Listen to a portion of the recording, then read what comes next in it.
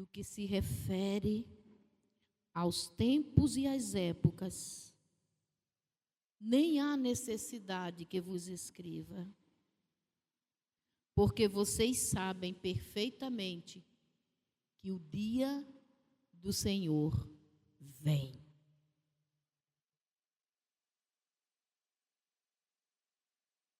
Vem como ladrão à noite.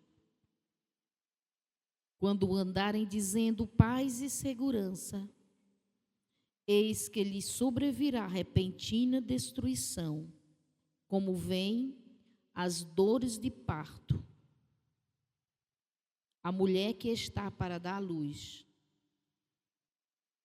Mas vocês, irmãos, não estão em trevas, para que esse dia os apanhe de surpresa como ladrão. Mas vocês, irmãos, não estão em trevas. O dia do Senhor não vai nos pegar de surpresa se nós ouvirmos a voz do Senhor. Vem de surpresa para aquele que não está ouvindo a voz do Senhor, o chamado do Senhor, o momento do Senhor, o clamor do Senhor por nós. Será uma surpresa, será como um ladrão para quem está desapercebido da voz do Senhor, que tem nos falado de diversas formas. Na sua palavra, quando estamos sozinhos no nosso quarto, nas ministrações, profeticamente, sempre nos chamando para perto dele, porque ele está conosco e nós é que, às vezes, nos desviamos dele. Nós sabemos que esse é um tempo que, o final do ano, é um tempo que há um encantamento nas vidas, que as afastam da vida espiritual. E ficamos tão comprometidos com coisas que queremos, que Deus precisa nos chamar para perto dele de novo. Para orar, para confiar, para sair de um ano e entrar no outro ano abastecido dessa fé que vem pelo ouvir a palavra de Deus. Não só quando lemos, mas quando a ouvimos profeticamente. Ouvir essa palavra para fortalecer os nossos corações. Vai acabar 2025, vai chegar 2026. Porém, mais do que isso, está se encerrando essa dispensação e virá o Senhor julgar a terra. Esse tempo se aproxima. O Todo-Poderoso que louvamos, que adoramos, o Todo-Poderoso que servimos, sem ver, que amamos sem nunca ter estado com Ele numa mesa, fisicamente falando, Ele virá. Quando os homens estão se organizando em suas próprias vidas e fazendo planos para o próximo milênio, Ele vem e vai pegar a humanidade como um ladrão pega, de surpresa. Mas quem crê e confia no Senhor, não precisará ser pego de surpresa.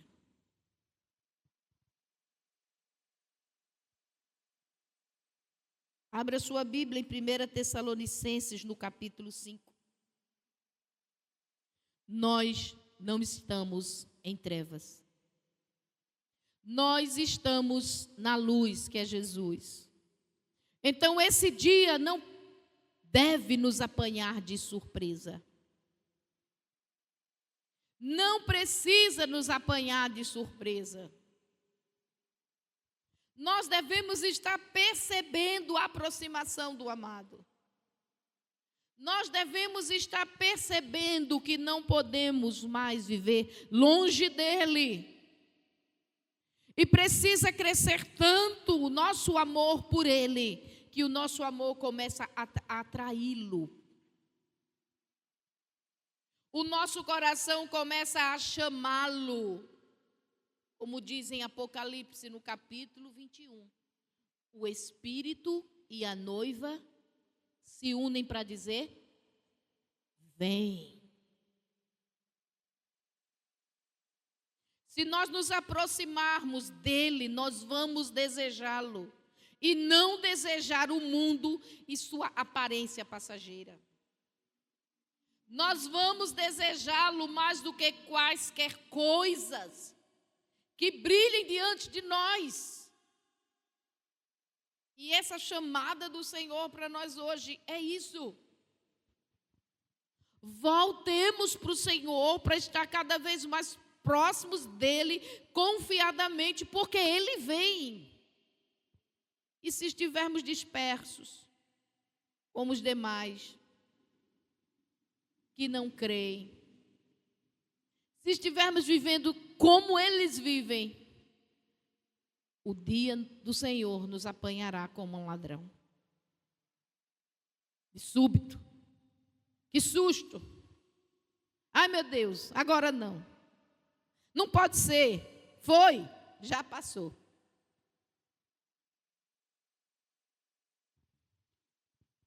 Versículo 4 do capítulo 5 de 1 Tessalonicenses. Vocês, irmãos, não estão em trevas. Trevas aqui significa falta de revelação de Deus. Vocês têm recebido a revelação de Deus. A palavra de Deus tem sido trazida aos seus corações. Então, qualquer coisa que nos distancia de Deus agora é pura teimosia. Nossa. É pura negligência nossa. É procrastinação. Desleixo com as coisas espirituais, que são mais ricas e poderosas do que as naturais. O homem mais rico do planeta, com todo o dinheiro, com toda a tecnologia, um dia vai se encontrar com a morte e não vai ter como escapar. Mas aquele que está em Cristo já passou da morte para a vida. A morte não vai ter domínio sobre aquele que está em Cristo. Você vai passar da morte para a eternidade. Os poderes do mundo, os mais poderosos, os que se sentam em tronos, os que comandam, mandam e desmandam, vão se encontrar com a morte. E não vão poder dar ordens à morte.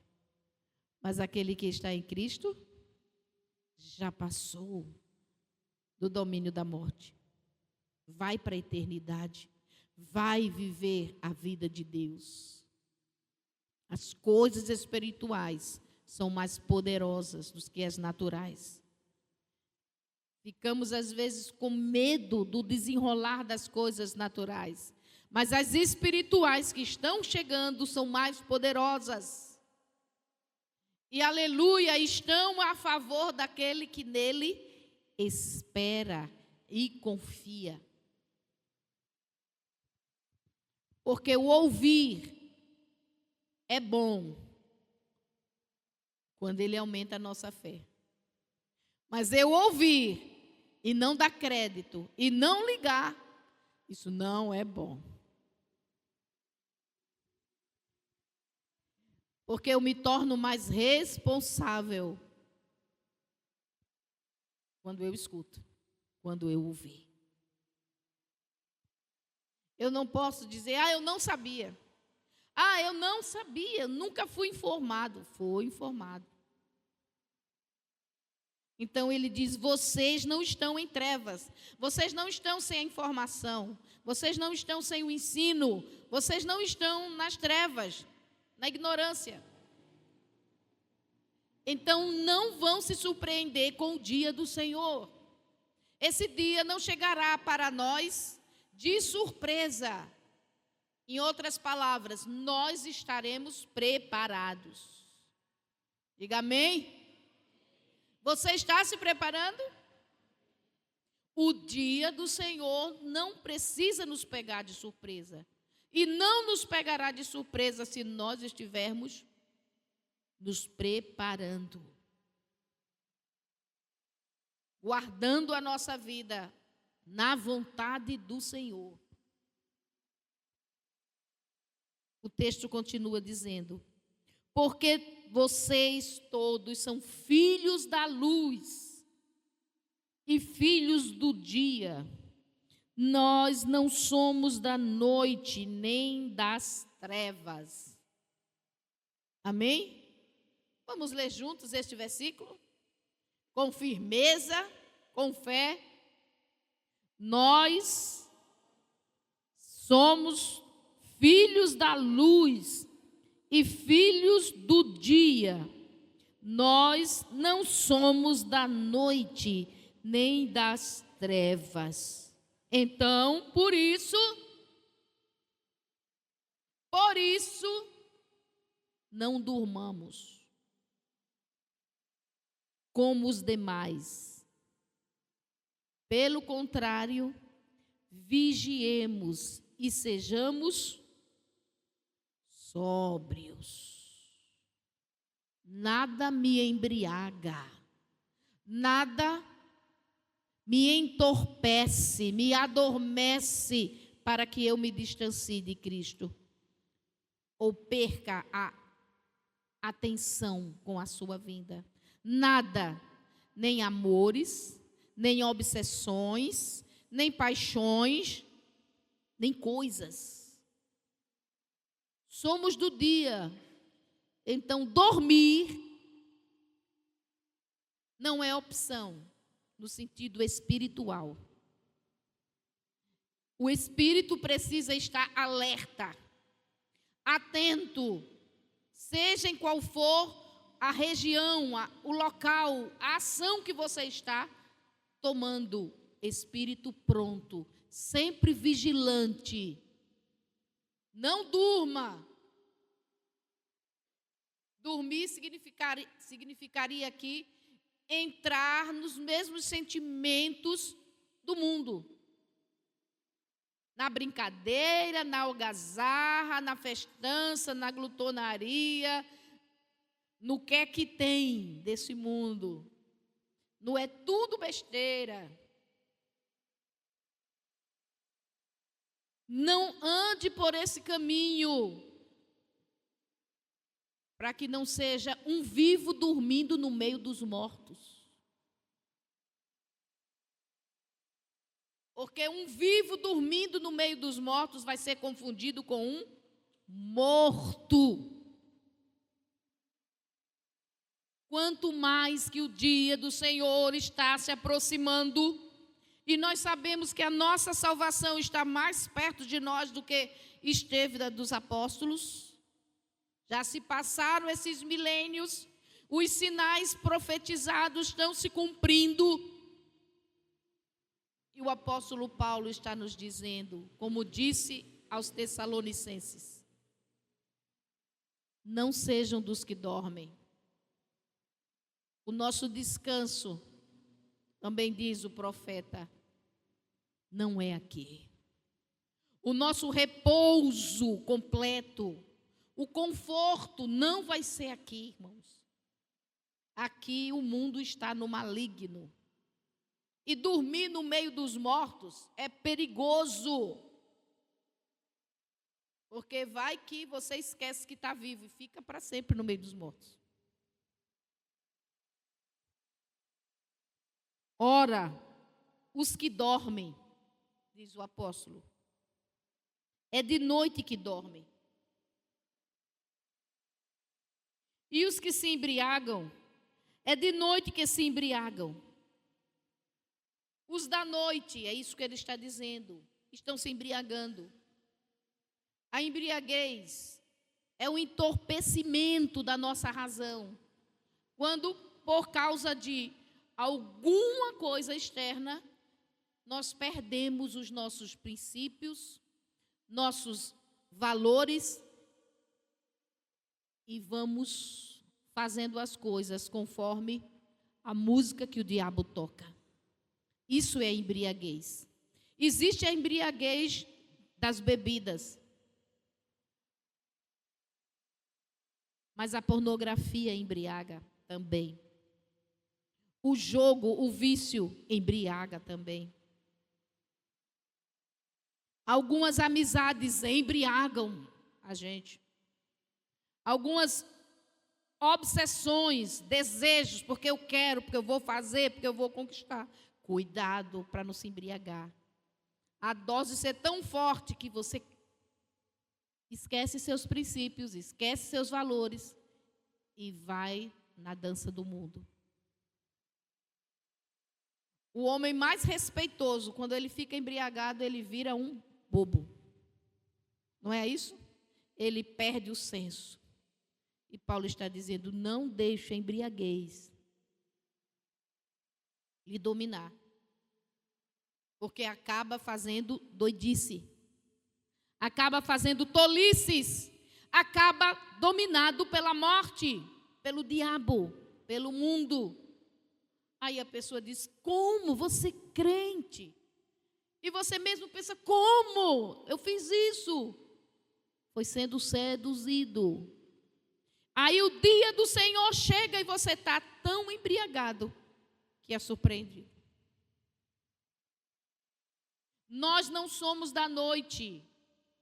E é da noite, quem é da noite se embriaga. Se embriaga de um jeito. Você já tentou convencer uma pessoa embriagada de alguma coisa? Consegue? A lógica do embriagado, a pessoa bêbada, no outro dia nem sabe o que você falou. Paulo está dizendo, é de noite que se embriaga. Quem é da noite está se embriagando, mas ele não está falando só de vinho e de cachaça e de uísque, essas coisas. Ele está falando de pessoas que estão perdendo a sua vida em busca ou envolvidos por desejos e paixões. Tira sua mente, tira sua razão e você desobedece o que você tinha dito que nunca faria, faz. Você entristece as pessoas que você ama quando está embriagado por alguma coisa. Porque quer, porque quer, porque quer. E você fere quem ama. A pessoa que você mais ama, você abandona. E você deixa um lastro de destruição na sua história. Quando se embriaga por alguma coisa. Tudo o seu querer precisa ser dominado como uma pessoa do dia. Se o que eu quero, se para onde eu vou não condiz com a palavra de Cristo, eu não vou. Porque eu tenho que ir. Se não é Cristo quem está me levando, se não rende para Cristo, porque eu tenho que fazer, porque eu tenho que ouvir. O apóstolo Paulo está dizendo aquilo de uma outra forma que o Senhor nos falou profeticamente hoje. Vamos acordar para estar nele. Porque nós somos do dia.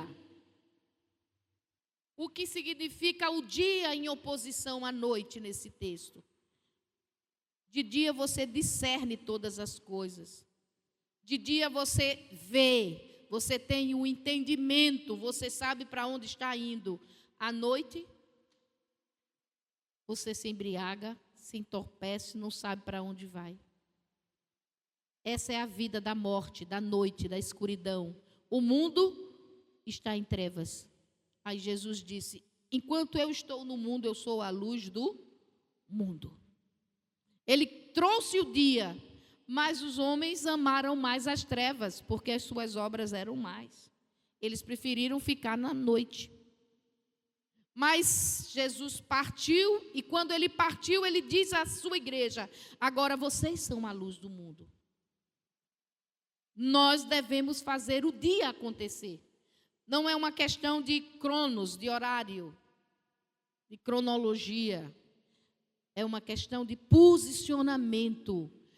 Eu sou do dia, diga, eu sou do dia. Filhos da luz. Então eu brilho, vai ser dia, vai haver entendimento do que é a vontade de Deus na minha vida, em toda e qualquer situação. E se não há, é para buscar. É para ir atrás desse entendimento em Deus. Porque nós somos filhos da luz. Não estamos vivendo numa expectativa de sermos surpreendidos por Cristo, não. Conosco Ele marca o encontro, porque Ele é o noivo e a sua igreja é a sua noiva. Então Ele tem um encontro. Nós estamos aguardando a sua chegada e estamos nos preparando. Quantas mulheres aqui foram noivas e casaram? Como é ser noiva? Com a data do casamento às portas. Como é? Só aprontamento. Só aprontamento. Do que vai ter na casa, você quer comprar tudo, você quer arrumar tudo. Dentro do seu nível de condições financeiras, você quer comprar as coisas, você quer arrumar, você só pensa nisso.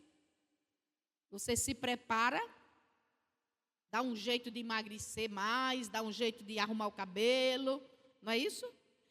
Procura roupas mais, que chamem mais a atenção do noivo. Ele é seu noivo, mas você só pensa em agradar a ele. Eu nunca vi dizer que uma noiva que ama fica pensando em agradar as outras pessoas, não. Ela só quer fazer o que vai agradar o noivo. É o foco da vida dela. Por isso, essa metáfora da igreja como noiva. Pessoas que estão se preparando para uma relação eterna de amor, que nunca vai ser separado, nem morte nos separará mais de Cristo. Então só pode ter um interesse nos nossos olhos, irmãos. Quer durmamos, quer comamos, façamos tudo para o Senhor, não para nós. Não quer dizer que a gente só vai ficar dentro de um templo orando. Não, nós vamos ter atividades em outros ambientes, mas nesses ambientes nós vamos entrar como luz. Nós vamos estar para mostrar o reino de Deus. Nós vamos mostrar que o grande amor da nossa vida é Jesus. Como aquele que vem para nos salvar. Vem para julgar a terra. Vem para fazer separação. Vem para determinar o fim e o começo da eternidade para nossas vidas. Nós que somos do dia, versículo 8, sejamos sóbrios, revestindo-nos da couraça. Que couraça? Lê aí, que couraça? Que couraça? A couraça é a parte da armadura que protege todos os órgãos vitais do guerreiro. É como um colete de metal. E ali ele protege coração, protege nas costas os pulmões, os rins, protege todo o aparelho, todas as partes que, se fossem alcançadas pelos dardos inflamados do maligno, provocariam a falência da pessoa. Aí ele diz: a couraça, cubra-se. De quê?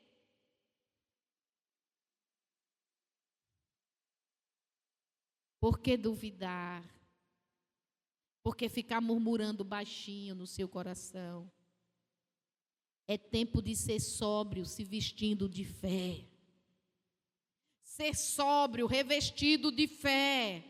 Firmeza no Deus Todo-Poderoso. Confiança.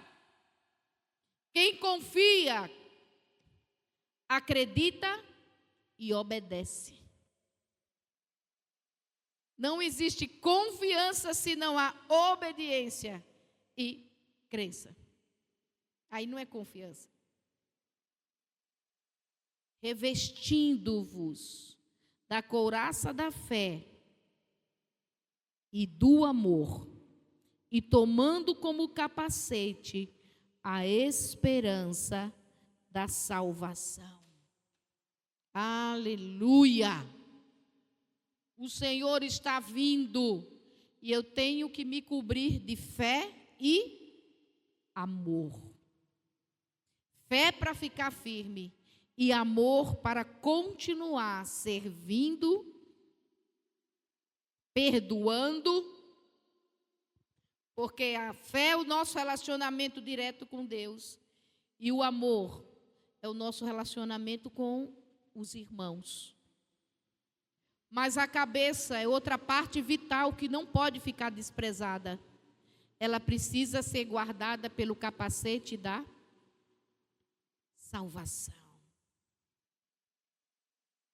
Sabe, essas guerras que começam na nossa mente,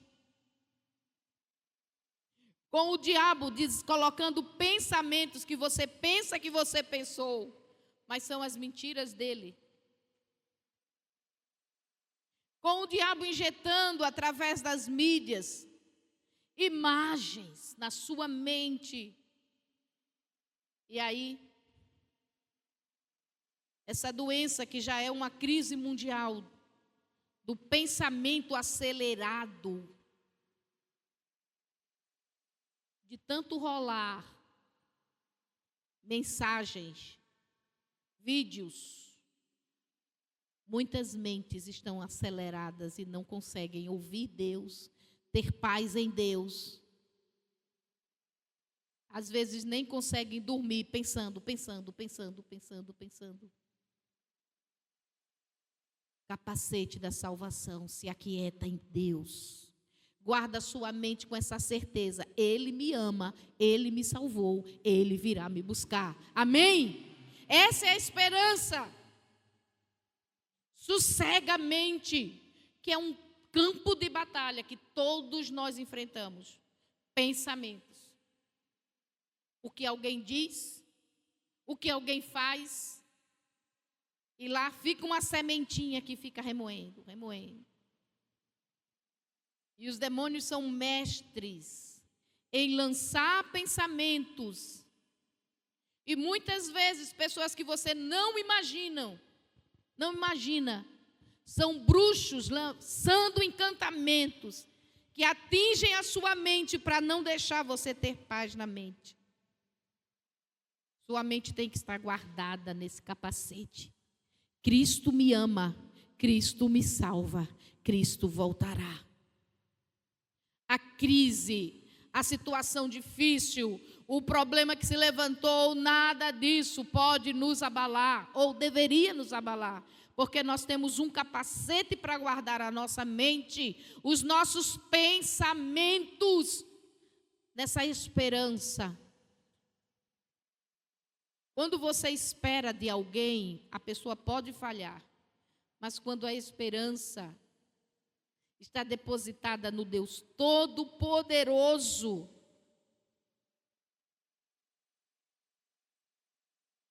não pode falhar. Ele não vai falhar. Ele é fiel, Ele é verdadeiro. Por isso, na sua caminhada, tantos milagres pequenos já aconteceram. Tantas situações em que Deus mostrou a fidelidade dEle. É porque quando vierem os grandes momentos, os momentos mais difíceis, você deve se lembrar do que Ele já tem feito na sua própria vida.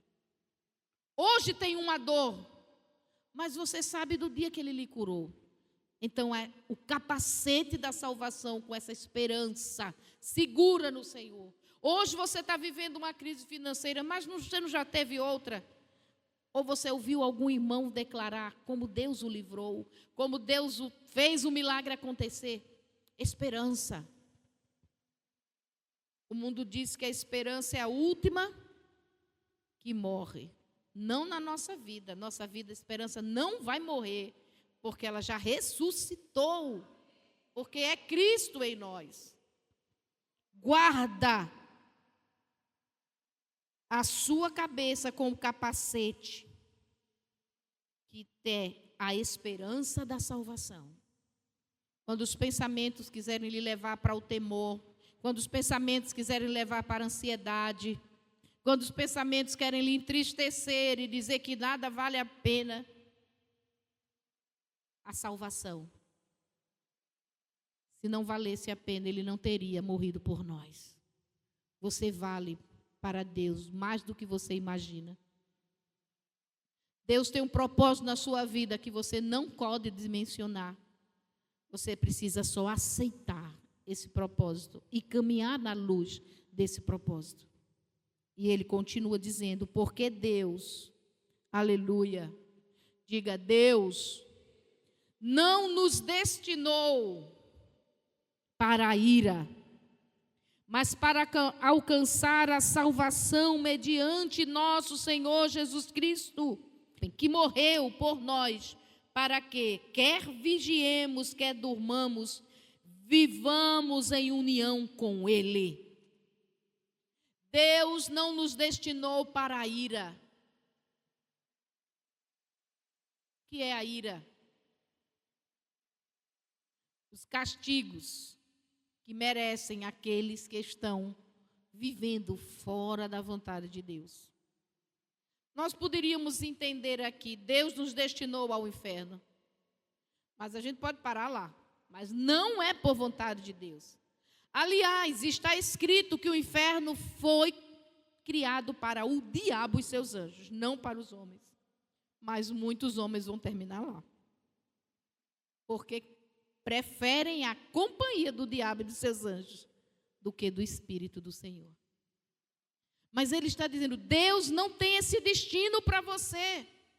Então desperte, Ele nos destinou para a salvação. O dia do Senhor será para nós um dia de redenção, de glorificação, não de condenação, como será para aqueles que não confiam nele. Então não temos que temer o dia do Senhor, nós temos que desejar o dia do Senhor. Porque o nosso destino é redenção, glorificação, salvação, por causa do sacrifício de Jesus Cristo, nosso Senhor. Diga, nosso Senhor. Sim, salvação e redenção para quem tem Jesus Cristo como o Senhor. Para quem está no domínio do Santo, do Exaltado, do Filho de Deus. Então, o apóstolo Paulo diz, consolem uns aos outros e edifiquem-se mutuamente. Construa a fé no coração do seu irmão. Ajude o seu irmão a crescer em Deus, com o seu testemunho, com sua palavra de ânimo, nunca com a sua crítica, nunca com a sua murmuração. Paulo diz que as palavras dos nossos lábios precisam produzir edificação e não destruição do outro. Às vezes a nossa língua, incendiada pelo inferno, fica coçando para a gente fazer uma fofoquinha. Só para orar, viu, irmã? Só para orar. Mas é fofoca. E a fofoca não produz edificação, irmãos. Destrói o outro coração. E o que você devia resolver com quem de direito, você passa para quem vai só sofrer. Porque não pode fazer nada. e talvez repasse para outras pessoas, e aí uma grande dor na família, na congregação, porque usamos as nossas palavras não para edificação. E precisamos ter cuidado. O dia do Senhor se aproxima, então edifiquem-se uns aos outros. Oh, nós somos do dia, então eu preciso ajudar Terezinha a ficar firme e Terezinha me ajudar também. Ao invés de eu dizer, João, você é feio, eu vou dizer, João, tenha fé. Para que dizer que ele é feio? Isso edifica em quê? Para que eu vou criticar algo que eu não posso mudar nele? A mãe dele achou ele bonito. Então a questão está no olho da gente. Muitas vezes, eu estou dando um exemplo. Muito que a gente não gosta no outro é o nosso problema de não gostar. Não é nem o outro. Porque vai ter alguém que entende, respeita e ama aquilo. Então não é assim que a gente se edifica, apontando as pessoas. A gente se edifica fortalecendo, em amor, com o nosso testemunho. João, você vai vencer. Eu sei que está difícil, mas você vai vencer. Talvez João nem saiba que a sua luta é maior do que a dele, mas você está fortalecendo ele. Edifiquem-se. Não se reúnam para conversar, para jogar a conversa fora, como se diz. Reúnam-se para edificação mútua e consolo. Ô, meu irmão, você está lutando, né? Mas Jesus está vindo. Isso não é jargão evangélico, irmão. Isso é consolação, o apóstolo Paulo está dizendo. Consolem-se assim. E Terezinha estava me dizendo ali, estou me acostumando com as dores da idade. Mas Jesus está vindo, está nos curando, vai nos levar para um ambiente onde não haverá mais. Aí eu consolo minha irmã. Consolem-se mutuamente, porque o dia do Senhor está chegando. Não é possível, se você é filho da luz, que você esteja desapercebido, sem perceber que Ele está vindo. O Espírito vai movimentando dentro de nós e nos dando mais vontade de estar com Ele. Quero a sua presença. Quero te tocar. Quero te ver. São apelos para que Ele venha, não é um apelo apenas para que no culto tenha uma manifestação sobrenatural, irmãos. É o Espírito dentro de nós, desejando esse encontro com o noivo. Porque vê-lo e tocá-lo será a eternidade com Ele. Não só alguns momentos espirituais, mas a vida espiritual que nos espera. Isso deve ser consolo para os nossos corações. E que aqui,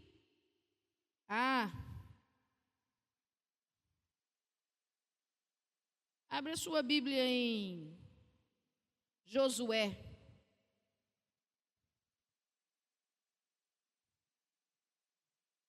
No capítulo 6. Aqui são muralhas e muralhas, nos afastando do que Deus quer para nós.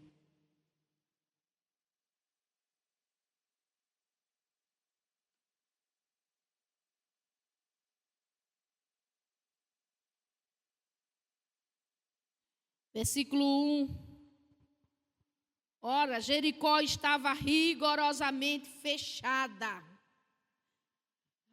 por causa dos filhos de Israel. Ninguém saía nem entrava. Jericó é o caminho da realização do propósito de Deus. Israel tem que passar por ali, mas Jericó está rigorosamente fechada. O diabo decidiu não deixar você passar. O diabo decidiu que você vai continuar aonde você está. Ele fechou o cerco. Ele levanta muralhas. E ali, ele queria que o povo de Deus pensasse: não temos como prosseguir. Deus disse: prossigam, mas eles pensavam o quê? Quando viam aquelas muralhas estupidamente fortes, muralhas por onde podiam se passar carros. Era uma avenida alta, de tão largas e fortes. Ninguém jamais tinha vencido aquelas muralhas. E para que os filhos de Deus não passassem, Jericó estava rigorosamente fechada. Essa é a trama do inferno, meu irmão. Você quer mudar, você quer alcançar o propósito de Deus, e Satanás fecha o cerco. Ninguém entra, ninguém sai, não dá espaço para você passar. Vamos chorar. Porque vamos dizer: Deus, o Senhor nos trouxe aqui para quê? Que a gente não consegue. A gente quer, mas não consegue. O Senhor não está vendo, não? Que está muito além das nossas forças. E é por isso que Deus nos disse hoje: você não está me vendo, né? Você só vê a muralha, você se esqueceu de olhar para mim. E Deus vai dizer a Josué, simples assim: rodeie a cidade uma vez por dia, durante 7 dias, em silêncio. Não falem nada. No 7º dia, quando eu der a ordem, gritem.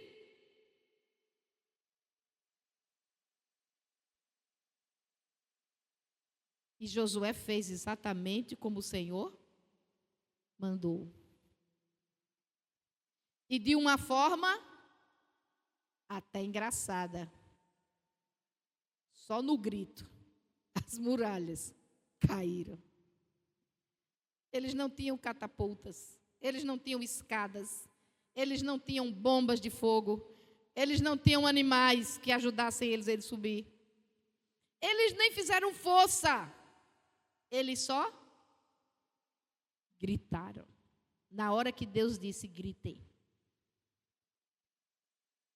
E as muralhas, eu nem li o texto todo, porque a hora já está, mas os irmãos podem ler e confirmar isso. Quando eles gritaram, 7 dias dando uma volta, rodeando a muralha e vendo que não podiam passar. 7 dias para eles olharem para a muralha, virem que não podiam passar e olharem para Deus e confiarem. Mas Deus, eu estou vendo a muralha, ela eu não consigo derrubar, mas Deus é maior. Se eles não olhassem para Deus e confiassem, baseado em tudo que Deus já tinha feito, eles não tinham dado 7 voltas no último dia.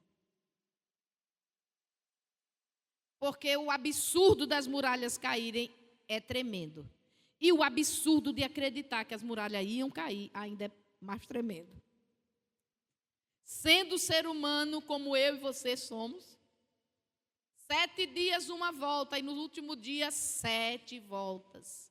Mas eles deram as 7 voltas olhando para o Deus que lhes dava maná todos os dias. O Deus que apareceu na coluna de nuvem, na coluna de fogo, Deus que já tinha dado as demonstrações do seu poder. Então eles confiaram. Amém? Porque estavam na luz, na revelação. Como hoje nós estamos, igreja. E eles obedeceram. E o absurdo aconteceu. Quando foi o momento de Deus, que Deus disse: gritem, eles gritaram. E as muralhas caíram. Eles não tinham a menor condição de saber que o som é uma onda que pode provocar destruição. Eles só obedeceram a Deus, sem ter conhecimento da física, que hoje se conhece. Não foi uma estratégia elaborada do comandante Josué, foi obediência ao Deus que eles estavam conhecendo.